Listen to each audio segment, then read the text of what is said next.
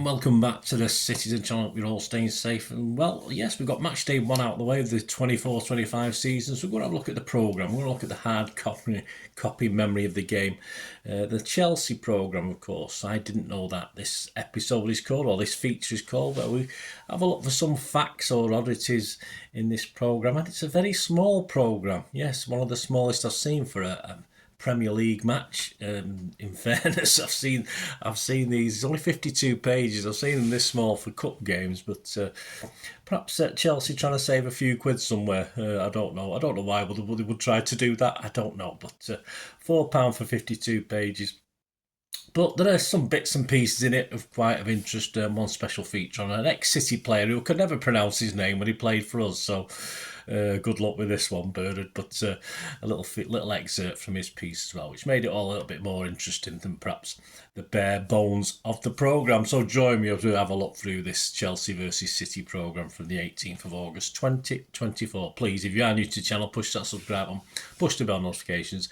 Stuff like this, information vlogs, of course, match reports, history, loads of stuff on the channel. We do have memberships now as well, just 99p a month if you want to support me, guys, financial. That helps me do things going forward as well for this channel. It's great to have you on board, and of course you get immediate access to all my recordings, some months, even over a year before they go public, if you like. So, and of course you can get copies of the scripts as well, so like a lot of the history stuff. If you've got a favourite player I've done, or a favourite match, it might be your first game you ever went to, you can have the hard copy of it, the script to it, so you can read and do with it what you want in perpetuity, so you don't have to look at my ugly mug. You can have a read through what I said anyway, so that'd be great. And of course I do film and TV stuff as well, guys. If you're interested in that, or you know somebody might be interested, again, there's memberships, covers both. You don't have to join one or the other. So please have a look at that. If that interests you, or you know somebody might be who's not interested in City, how dare they? But hey, there you go. It does happen, of course it does. It'll be great to have you on board. We do have sponsors of the channel at the moment as well, but we'll have a bit more of that before we go anyway. Just so that's another way to support the channel if you're interested in that. My socials will be up on screen later. Right, let's have a look inside this programme. Yeah, I've seen a few innovative covers actually for match day 1 around about different teams, but this is one of the basic ones, a little huddle look, not overly exciting. What didn't you know, or did you know about Chelsea? Well, there's a great image in here of the July 1984 squad training on the sand dunes. I think they just won promotion, hadn't they? So it was a big year for them back into the top division. A bit more of that in a moment with the first game of the season from which was an interesting story. But yeah, that's training on the sand dunes in Aberystwyth. So if you've ever been on the sand dunes, I'll tell you what I got up to on sand dunes, but yes, I have tried to run up and down sand dunes. A bit of hard work, certainly in Aberystwyth. I've been on those sand dunes in Aberystwyth, but I thought it was a great image from that time. Maresca, of course, the new manager of City Links, but he's their 7th Italian head coach. So there you go. They do like their Italians, don't they, at Chelsea? I always think they're very what's chic. I don't know. Is that French? Isn't it chic? But you know what I mean. Of the 33 Premier League campaigns they've been involved in since its inception, they started at home 20 times, so that's not right, is it? It should be about 16 or 17 surely, but City having started away for the last 8 seasons on the trot, no surprise, some teams get the bias towards them and other teams don't. Highbury 84 was a piece I was mentioning about. Yeah, this is a look back at their opening game of the 1984-85 season. As I said, back in the top division, it was a short trip over to Highbury, and there was estimates of anywhere up to 20,000 Chelsea fans. You could pay in at the gate on the day, of course. 20,000 Chelsea fans in a crowd of 45,000.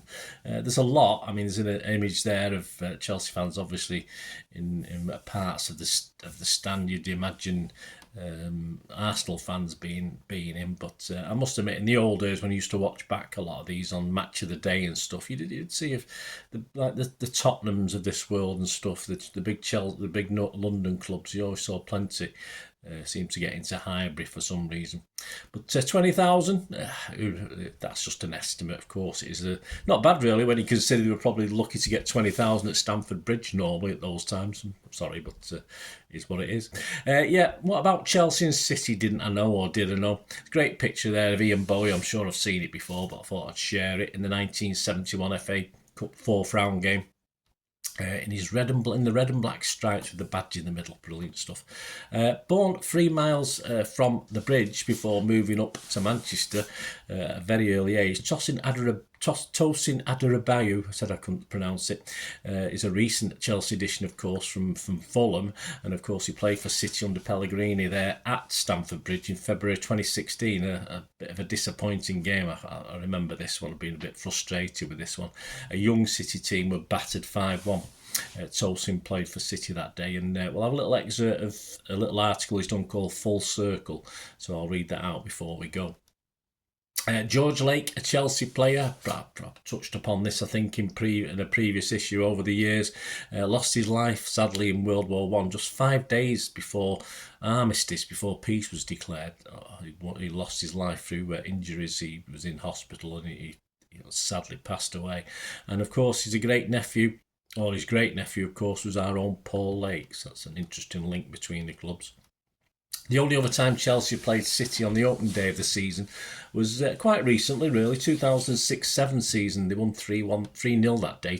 Terry scored, Lampard and Drogba were the scorers on that day. So we'll go back to this excerpt from Tosin Adarabioyo. Right, this is a Full Circle interview by Dominic Bliss. Just a quick change of the old read, get the old reading specs on.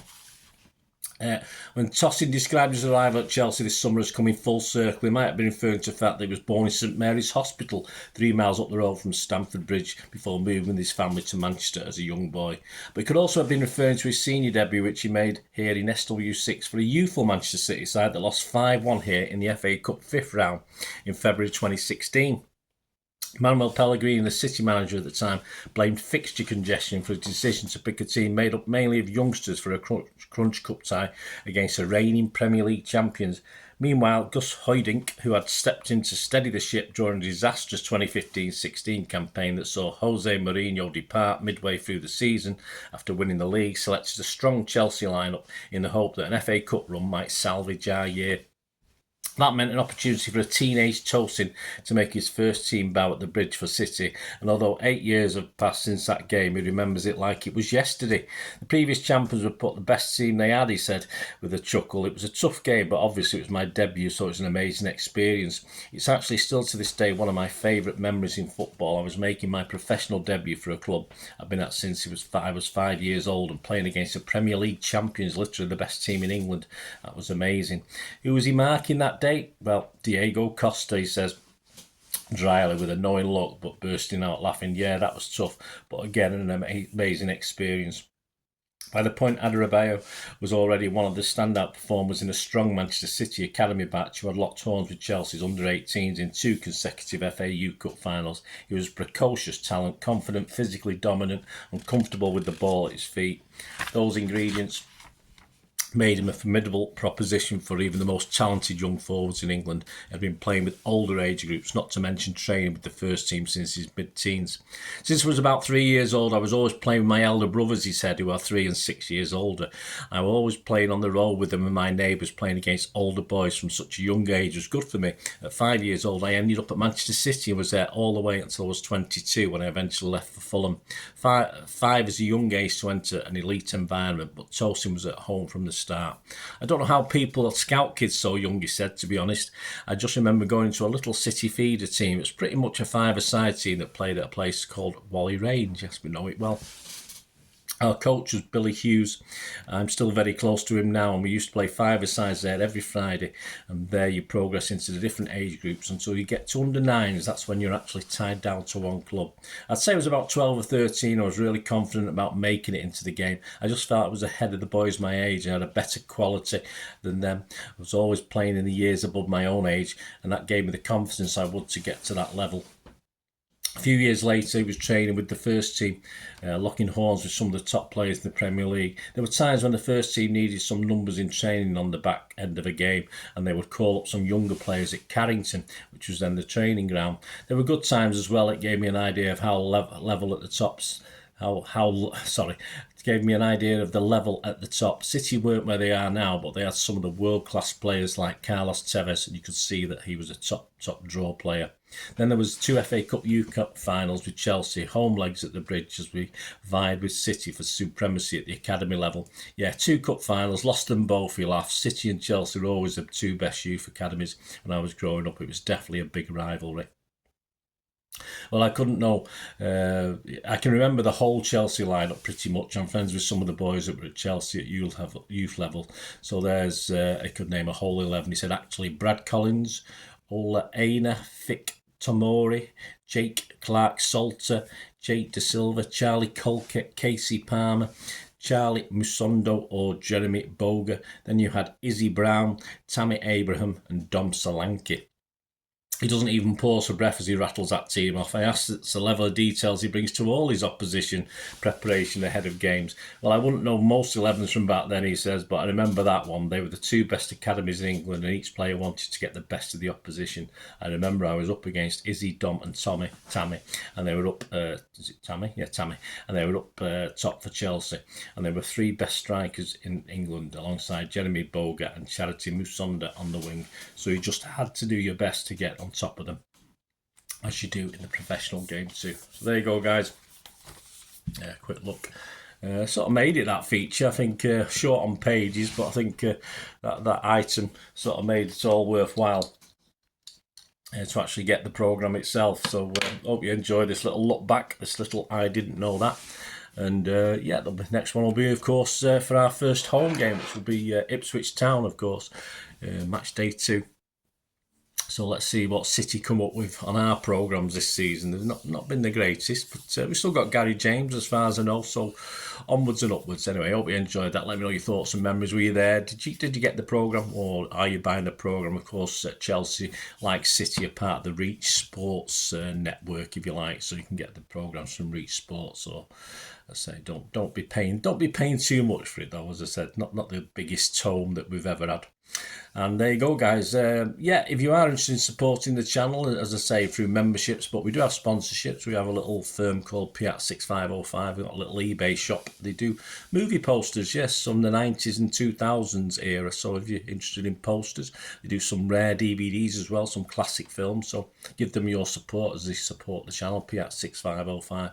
Just copy the link in the description below, and you go straight to the shop. And they're always adding to it when they get a chance. There's a few hundred items on there already, and they're always adding, so always worth a check, guys. And if you do anything you'll want to buy, great gifts. I mean, they're great gifts for family and friends, or just treat yourself. And if you do order anything, just mention me. Make sure you do mention me, because you'll get an automatic 10% refund. If you don't mention me, they won't know, so they won't give you it. But mention my name, and they'll give you 10% off immediately before dispatching within 24 to 48 hours. So my thanks to Piat6505, and please give them your support, guys. And say if you're interested in supporting the channel going forward in this way, just contact me through any of my socials that have been on screen, or through this YouTube channel, and we can have a chat about that. Anyway, hope you enjoyed that, guys. Hope you stay safe till the next time. I only have one thing ever to say, don't I, at the end of this. Please stay safe, everyone, especially you Blues. And come on, City. Bye for now.